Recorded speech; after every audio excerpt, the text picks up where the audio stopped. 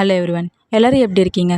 நீங்கள் பார்த்துட்டு இருக்கிறது தேவா ஸ்டோரி டீம். இன்றைக்கி நம்ம ஒரு புது ட்ராமா தான் பார்க்க போகிறோம். ட்ராமாவோட ஒன்லைனர் என்னென்னா, ஹீரோ ஒரு ஃபிலிம் கம்பெனியில் சிஓவாக இருந்திருப்பாங்க. கம்பெனியோட டேரக்டராக ஹீரோனோட அக்கா இருந்திருப்பாங்க. அவங்க 2 பேரும் பப்ளிசிட்டிக்காக டேட் பண்ணுற மாதிரி நடிச்சிட்டு இருப்பாங்க. அந்த கம்பெனிக்கு பெரிய ப்ராஜெக்ட் ஒன்று வந்திருக்கும். அது ஹீரோன் அவங்க அக்கா கைக்கு தான் போயிருக்கும். அவங்களும் டே நைட் பார்க்காத வேலை செஞ்சுருந்துருப்பாங்க. லாஸ்ட்டில் சைன் போடுற நேரத்தில் அவங்களுக்கு ஆக்சிடென்ட் ஆகிடும். ஹீரோன் அவங்க அக்காவும் ட்வின்ஸு. ஹீரோயினோட அக்காவோட உழைப்பு வீணாயிடக்கூடாது அப்படின்றதுக்காக ஹீரோனே நடிக்கலாம் அக்கா மாதிரி அப்படின்ற மாதிரி சொல்லிட்டு போயிருந்திருப்பாங்க. ஆனால் ஹீரோ ஃபர்ஸ்ட் டேவே கண்டுபிடிச்சிருப்பாங்க இது அக்கா இல்ல தங்கச்சின்றது. ஹீரோனை சின்ன வயசுலேருந்து லவ் பண்ணிட்டு இருந்திருப்பாங்க. ஹீரோனும் ஹீரோவை லவ் பண்ணாங்களா, அவங்களுக்கு நடுவில் நடக்கிற ஃபன்னியான மூமெண்ட்ஸ் தான் ட்ராமா. இப்போ வாங்க இந்த ட்ராமாக்குள்ளே போகலாம். இப்போ ஸ்டார்டிங் சீன்லேயே ஹீரோனை தான் காமிக்கிறாங்க. ஹீரோயின் ரோட்டில் நடந்து போயிட்டு இருக்காங்க. அவங்கள கிராஸ் பண்ணி ஒரு கார் போகுது. போன வேகத்துக்கு பார்த்தா யாரோ இடிச்ச மாதிரி சத்தம் கேட்குது. ஹீரோனு என்ன சத்தம் அது அப்படின்ற மாதிரி சொல்லிட்டு திரும்பி பார்க்குறாங்க. பார்த்தா அவங்க அக்காவை தான் கார் இடிச்சிடுது. அவங்களும் அவங்க அக்கா கிட்ட போகிறாங்க. அவங்க அக்கா வேற எதுவுமே பேசலை. அந்த ஃபைல் பத்திரம் அப்படின்றத மட்டும்தான் அவங்க தங்கச்சிக்கிட்ட சொல்கிறாங்க. இப்போ 2 ஹவர்ஸ்க்கு முன்னாடி அப்படின்ற மாதிரி தான் காமிக்கிறாங்க. ஹீரோனோட அக்கா தான் ப்ரெஸ் மீடியா கிட்டலாம் பேசிகிட்டு இருக்காங்க. கண்டிப்பாக இந்த ப்ராஜெக்டை நாங்கள் சக்ஸஸ்ஃபுல்லாக முடிச்சிருவோம் அப்படின்ற மாதிரி ஹீரோனோட அக்காவும் பேசி முடிச்சுட்டு வராங்க. ஹீரோனோட அக்காவும் வேற ஒரு கம்பெனியோட டைப் பண்ணணும் அப்படின்றதுக்காக அவங்களோட ப்ராஜெக்ட் எக்ஸ்பிளைன் பண்ணிட்டு இருக்காங்க. அவங்களும் இந்த டைப் ஒத்துக்கிறாங்க. ஏன்னா ஹீரோனோட அக்காவோட கான்ஃபிடென்ட் லெவல் அவங்க இந்த ப்ராஜெக்ட் அவ்வளோ அழகாக எக்ஸ்பிளைன் பண்ணிட்டு இருக்காங்க. அவங்களுக்கும் ஹீரோனோட அக்கா இருந்தாக்கா இந்த ப்ராஜெக்டை சக்ஸஸ்ஃபுல்லாக முடிச்சிடலாம் அப்படின்றது நம்பிக்கை வந்துருச்சு. அதனால அவங்களும் ஒத்துக்கிறாங்க. நாங்கள் டைப் பண்ணிக்கிறோம் அப்படின்ற மாதிரி சொல்லிட்டு அவங்களும் இந்த மீட்டிங்லாம் முடிச்சுட்டு காரில் போயிட்டு இருக்காங்க. அப்போ அவங்க காரில் யாரோ இருக்கிற மாதிரி இருக்கு. அதனால அவங்களும் ஓப்பன் பண்ணி பார்க்குறாங்க. பார்த்தா அவங்க தங்கச்சி தான் இருக்கிறாங்க. இந்த இடத்துல தான் அவங்க 2 பேர் ட்வின்ஸ் அப்படின்றத காமிக்கிறாங்க. இப்போ ஹீரோன் நம்ம கிட்ட தான் சொல்கிறாங்க, நாங்கள் 2 பேரும் பார்க்க ஒரே மாதிரி தான் இருப்போம். ஆனால் எங்கள் 2 பேருக்குள்ளே நிறைய வித்தியாசம் இருக்குது. எங்கள் அக்கா எல்லாத்தையுமே சீரியஸாக எடுத்து பண்ணுவாள். ஆனால் நான் எல்லாத்தையுமே ஃபன்னியாக எடுத்துப்பேன். அவள் ஒரு விஷயம் செய்யணும்னு யோசிச்சாக்கா அதில் முழு ஈடுபாடோட ஃபுல் எஃபெக்டை போட்டு செய்வாள். ஆனால் நான் அப்படியே ஆப்போசிட்.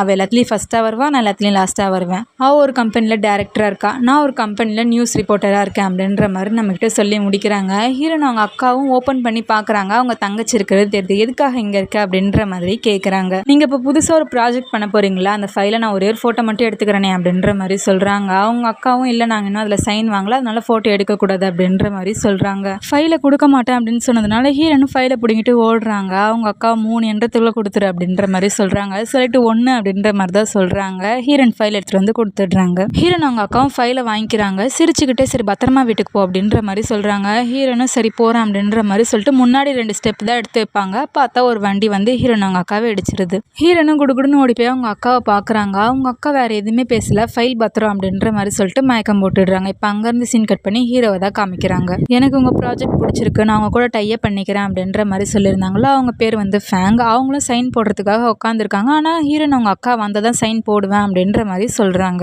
சரின்னு சொல்லிட்டு அவங்க வெயிட் பண்ணிட்டு இருக்காங்க. இதில் ஹீரோனோட அக்காவோட பேர் பி. ஹீரோவும் வெயிட் பண்ணிட்டு இருக்காங்க. அப்போ ஹீரோட அசிஸ்டண்ட்டும் வராங்க. வந்து இது மாதிரி சொல்கிறாங்க, சார் சின்ன ஒரு பிரச்சனை, மிஸ் பியால் இப்போதைக்கு வர முடியாதா அப்படின்ற மாதிரி சொல்கிறாங்க. இது ஃபேங்குக்கு கேட்டுருச்சு. அவங்களும் சொல்கிறாங்க, மிஸ் பி வந்ததுக்கப்புறமே நான் சைன் பண்ணுறேன், இப்போ எனக்கு வேற ஒரு மீட்டிங் இருக்குது அதனால நான் போகிறேன் அப்படின்ற மாதிரி சொல்கிறாங்க.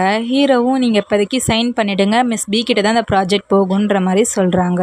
அப்போன்னு பார்த்தா அந்த இடத்துக்கு 2 பேர் வராங்க. அதில் ஒருத்தவங்க அட்மினிஸ்ட்ரேட்டிவ் டைரக்டர், பக்கத்தில் இருக்கவங்க வேற ஒரு டிபார்ட்மெண்ட்டோட டைரக்டர். அட்மினிஸ்ட்ரேட்டிவ் டைரக்டரும் சொல்கிறாங்க, இவர் தான் இருக்கிறதுலே சீனியர், இவர் நம்பி நீங்கள் சைன் போடுங்க அப்படின்ற மாதிரி சொல்கிறாங்க.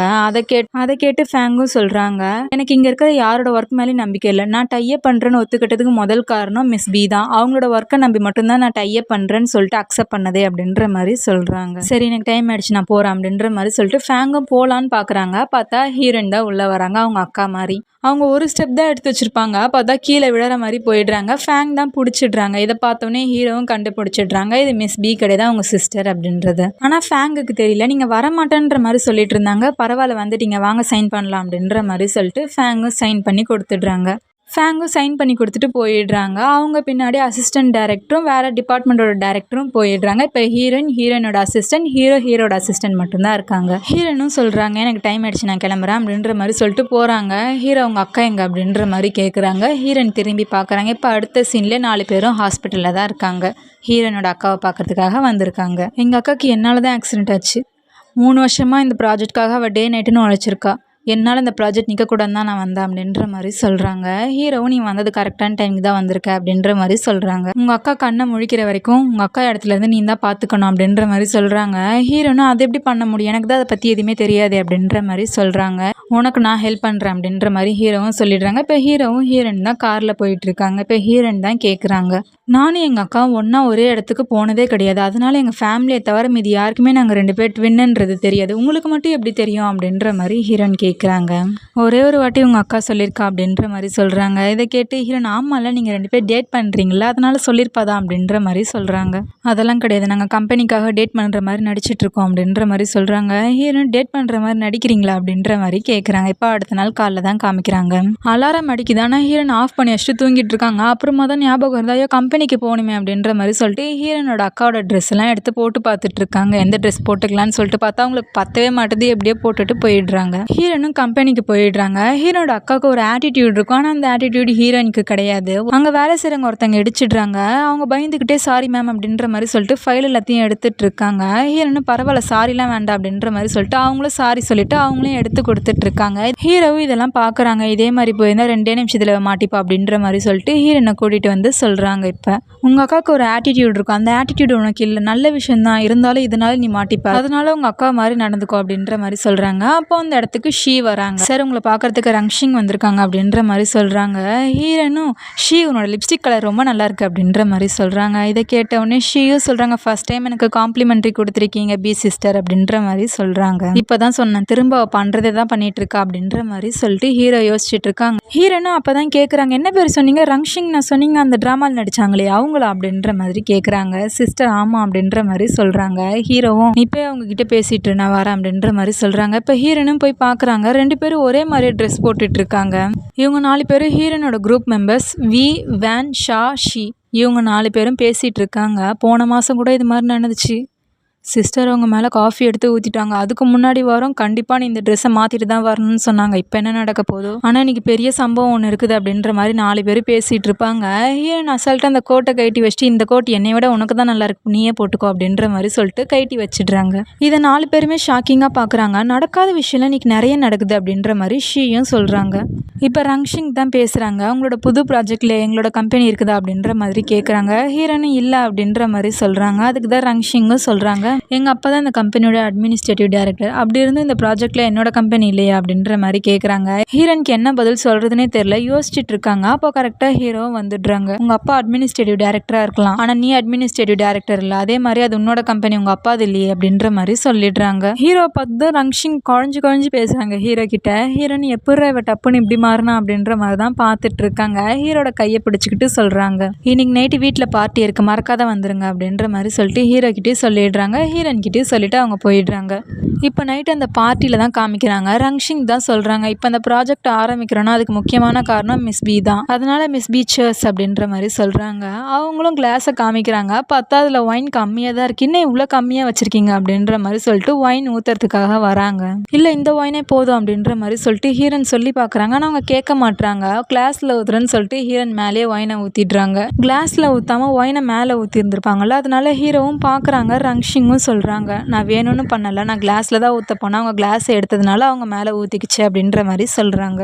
ஹீரோனும் பரவாயில்ல இருக்கட்டும் அப்படின்ற மாதிரி சொல்லிட்டு நான் வாஷ் பண்ணிட்டு வந்துடுறேன் அப்படின்ற மாதிரி சொல்லிட்டு வாஷ்ரூமுக்கு போகிறாங்க. போயிட்டு க்ளீன் பண்ணிட்டு வெளியில் வராங்க. பார்த்தா ஹீரோனுக்கு யாருன்னே தெரில. ஹீரோயின் ஷோல்டரில் கை போட்டு பேசிகிட்டு இருக்கான். ஹீரோனுக்கு ஒரு மாதிரி அன்கம்ஃபர்டபுளாக இருக்குது. மிஸ் பி நீங்கள் சொன்னீங்களே ஞாபகம் இருக்கா, அடுத்த ட்ராமாவில் கண்டிப்பாக உனக்கு லீட் ரோல் தரேன்னு சொல்லிட்டு தருவீங்க தானே அப்படின்ற மாதிரி பேசிகிட்டு இருக்கான். ஹீரோனுக்கு என்ன பேசுகிறானும் புரியல, யாருன்னு தெரியல, பார்த்துட்டு இருக்காங்க. அப்போன்னு பார்த்தா அந்த இடத்துக்கு கரெக்டாக ஹீரோ வந்து ஹீரோனை அவங்க பக்கம் பிடிச்சி இழுக்கிறாங்க. ஹீரோனை அவங்க மேலே போய் விழுந்துடுறாங்க. இப்போ அவங்ககிட்டயும் சொல்கிறாங்க, இதுக்கப்புறம் இது மாதிரி பண்ணிட்டு இருக்காது, இதே மாதிரி பண்ணிட்டு இருந்தீங்கன்னா கண்டிப்பாக நீ இதுக்கான பின் விளைவை சந்திக்க வேண்டியதாக இருக்கும் அப்படின்ற மாதிரி சொல்லிடுறாங்க. இதை கேட்டோன்னே அவன் பயந்து ஓடியே போயிடுறான். ஹீரோனும் கண்ணை மூடிட்டு இமேஜின் பண்ணிட்டு இருக்காங்க. ஹீரோவும் அவன் எப்பயோ போயிட்டான் அப்படின்ற மாதிரி சொல்கிறாங்க. ஹீரோனும் ஏஞ்சிக்கிறாங்க. பார்த்து பத்திரமா இருங்க, செவருக்கு கூட கண்ணு இருக்கு அப்படின்ற மாதிரி சொல்லிட்டு ஹீரோவும் போயிடுறாங்க. இப்போ ஹீரோவும் ஹீரோட அசிஸ்டண்ட் தான் பேசிட்டு இருக்காங்க. ஹீரோ கையில் ஒரு ஃபோட்டோ இருக்குது. என்ன ஃபோட்டோன்னு பார்த்தா ஹீரோயினோட ஷோல்டரில் கை போட்டு பேசியிருந்திருப்பான்ல, அந்த ஃபோட்டோ தான் ஹீரோயின் கையில் இருக்குது. இந்த ஃபோட்டோவை லீக் பண்ணிடு அப்படின்ற மாதிரி சொல்கிறாங்க. அசிஸ்டண்ட்டு எதுக்காக இந்த ஃபோட்டோ லீக் பண்ணணும் அப்படின்ற மாதிரி கேட்குறாங்க. இதுக்கு முன்னாடி நீ யாருன்னா லவ் பண்ணிருக்கிய அப்படின்ற மாதிரி கேட்குறாங்க. அசிஸ்டண்ட் நான் கேட்டது தப்பு தான் அப்படின்ற மாதிரி சொல்லிட்டு போயிடுறாங்க. இப்போ ஹீரோ கையில் ஒரு பேண்ட் இருக்கு. அந்த பேண்டை வச்சுட்டு தான் சின்ன வயசில் நடந்த ஒரு விஷயத்த யோசிச்சு பார்க்குறாங்க. இப்போ ஒரு குட்டி பையன் உட்காந்துட்டு இருக்கான். அந்த குட்டி பையனோட கையில் ஒரு புக் இருக்கு. ஆப்போசிட்ல ஒரு குட்டி பொண்ணு இருக்கு. நான் பார்த்துட்டு தரேன் புக்கு அப்படின்ற மாதிரி கேட்குறாங்க. ஆனால் அந்த பையன் கொடுக்காதனால அந்த குட்டி பொண்ணு பிடுங்கின்றாங்க. அதில் கோவப்பட்டு அந்த பையன் தலைவே அவுத்து விட்டுடுறான். தலை அவுந்ததில் அந்த பொண்ணு அழ ஆரம்பிச்சிடுது. அந்த பேண்டு தான் இப்போ ஹீரோ கையில் இருக்குது. அந்த குட்டி பையன் ஹீரோ, அந்த குட்டி பொண்ணு ஹீரோனி. ஹீரோக்கு ஹீரோயின் யாருன்றது தெரியுது, ஆனால் ஹீரோனிக்கு ஹீரோ தான் அப்படின்றது தெரியாது. அந்த சின்ன வயசில் பார்த்த பையன்றது தெரியாது. இப்போ அடுத்த நாள் காலைல தான் ஹீரோயினை காமிக்கிறாங்க. ஹீரோனோட அசிஸ்டன்ட் தான் ஃபோன் பண்ணி சொல்கிறாங்க, இது மாதிரி ஃபோனை பாருங்க, ஒரு பெரிய நியூஸ் ஒன்று போயிட்டுருக்கு அப்படின்ற மாதிரி சொல்கிறாங்க. அவங்களும் ஃபோனை ஓப்பன் பண்ணி பார்க்குறாங்க. அந்த ஃபோட்டோவை பற்றி தான் பேசிகிட்டு இருக்காங்க. இந்த பொண்ணு ஹீரோவை ஏமாத்துறா அப்படின்ற மாதிரி சொல்லிட்டு போயிட்டு இருக்கு. இப்போ கம்பெனில தான் காமிக்கிறாங்க. ஹீரோயின் கிட்ட தான் எல்லாம் பேசிட்டு இருக்காங்க. இந்த போட்டோ எங்க இருந்து வந்துச்சு, இது எப்படி லீக் ஆச்சு அப்படின்ற மாதிரி எல்லாரும் ஹீரோயின் கிட்ட தான் கேட்டுட்டு இருக்காங்க. ஹீரோயின் எனக்கு யாருன்னே தெரியாது அப்படின்ற மாதிரி சொல்லிட்டு இருக்காங்க. அப்புறம் அங்க இருக்கவங்க எல்லாம் சொல்றாங்க, நீங்க இந்த கம்பெனிக்காக தான் டேட் பண்ற மாதிரி நடிக்கிறீங்க, ஆனா அது தெரிஞ்சுக்கிட்டு எதுக்காக நீங்க இப்படி பண்றீங்க அப்படின்ற மாதிரி கேட்குறாங்க. ஹீரோயின் எனக்கு அந்த போட்டோவை பத்தி எதுவுமே தெரியாது அப்படின்ற மாதிரி சொல்லிடுறாங்க. அவங்களும் அந்த போட்டோவை விட்டுட்டு சரி இந்த நியூஸ்க்கு இப்போ என்ன பண்ணலாம் அப்படின்ற மாதிரி கேட்குறாங்க. ஹீரோனும் சொல்றாங்க, இதை விட பெரிய நியூஸ் எதனா வந்துச்சுன்னா இந்த நியூஸை மறந்துடுவாங்க அப்படின்ற மாதிரி சொல்கிறாங்க. ஹீரோவும் கரெக்ட், நீ நானும் ஒரே வீட்டில் ஸ்டே பண்ணலாம், இதுதான் அதை விட பெரிய நியூஸ் அப்படின்ற மாதிரி சொல்கிறாங்க. ஹீரோனு எப்படி அதெல்லாம் சாத்தியமாகும் அப்படின்ற மாதிரி கேட்குறாங்க. ஆனால் சுற்றி இருக்கவங்களும் சொல்லிடுறாங்க, கண்டிப்பாக இந்த நியூஸ் ட்ரெண்டிங் ஆகும், அந்த நியூஸே மறைச்சிரும் அப்படின்ற மாதிரி சொல்லிடுறாங்க. ஹீரோனும் யோசிக்கிறாங்க, இவர் தெரிஞ்சு பண்ணுறாரோ இல்லை தெரியாத பண்ணுறாரா அப்படின்ற மாதிரி யோசிச்சுட்டு இருக்காங்க. இப்போ அடுத்த சீனில் ஹீரோயின் பேக் எடுத்துக்கிட்டு ஹீரோ வீட்டுக்கு தான் போகிறாங்க. ஹீரோவும் பேகை வாங்கிக்கிறாங்க. வீட்டுக்குள்ளே போகிறதுக்கு முன்னாடி எனக்கு ஒரு கிஸ் கூட. ஹீரோனும் என்னது தெரிஞ்சு கேட்குறீங்களா இல்லை நீங்கள் தெரியாத கேட்குறீங்களா அப்படின்ற மாதிரி கேட்குறாங்க. இல்லை இந்த வீட்டை சுற்றி மீடியா பீப்புள்ஸ் இருக்காங்க அதனால தான் சொன்னேன் அப்படின்ற மாதிரி சொல்றாங்க. ஹீரோனும் சுத்தி பாக்குறாங்க, இருக்காங்க தான். ஹீரோனும் ஹீரோக்கு கிஸ் கொடுத்துட்டு வீட்டுக்குள்ள போறாங்க. என்னோட ரூம் ஃபர்ஸ்ட் ஃப்ளோர்ல இருக்கு, உன்னோட ரூம் செகண்ட் ஃப்ளோர்ல இருக்கு, உன்னோட பிரைவசில நான் வரமாட்டேன், என்னோட பிரைவசில நீ வரக்கூடாது அப்படின்ற மாதிரி சொல்லிடுறாங்க. ஹீரோனும் சரி அப்படின்ற மாதிரி சொல்லிடுறாங்க. உன்னோட பேக் எடுத்துட்டு போய் நானே உன்னோட ரூம்ல வைக்கிறேன் அப்படின்ற மாதிரி ஹீரோ சொல்றாங்க. ஹீரோனும் இல்ல வேண்டாம் நானே வச்சுக்கிறேன் அப்படின்ற மாதிரி சொல்றாங்க. ஹீரோவும் அப்படி என்ன வச்சிருக்க உன் பேக்ல, ஹீரோனும் ஒன்றும் வச்சில்லையா அப்படின்ற மாதிரி சொல்றாங்க. அப்போ கூட நானே வைக்கிறேன் அப்படின்ற மாதிரி சொல்லிட்டு ஹீரோ பேக்கை பிடிச்சி இழுக்க, ஹீரோன் வேண்டான்னு இழுக்க, ரெண்டு பேரும் இழுத்து கடைசியில் பேக் ஓப்பன் ஆயிடுது. ஹீரோட பொருள் எல்லாமே கீழே விழுந்துருது. சிவோ நல்லவரா கெட்டவரா, சிவோக்கு காதல் வருமா இல்லையா அப்படின்ற மாதிரி 4 புக்கு 5 புக்கு கிட்ட வச்சிருக்காங்க. இதோட இந்த ஃபர்ஸ்ட் எபிசோட் முடிஞ்சிருச்சு. அடுத்த வீடியோஸ்ல பார்க்கலாம். பாய்.